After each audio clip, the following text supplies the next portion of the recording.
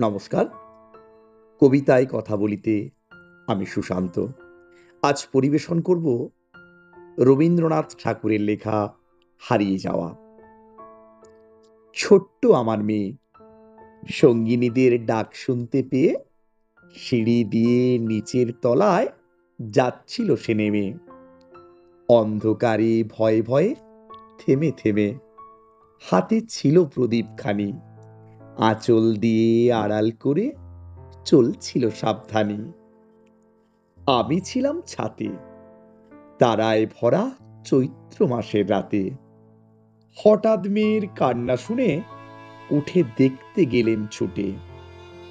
সিঁড়ির মধ্যে যেতে যেতে প্রদীপটা তার নিভে গেছে বাতাসেতে।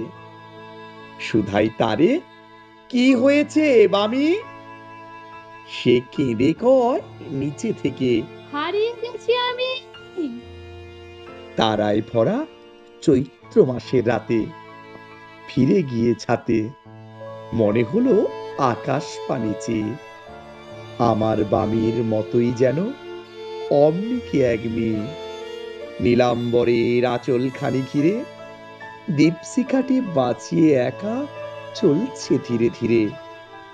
নিত্য যদি আলো, যদি হঠাৎ যেত থামি, আকাশ ভরে উঠত কেঁদে, হারিয়ে গেছি আমি।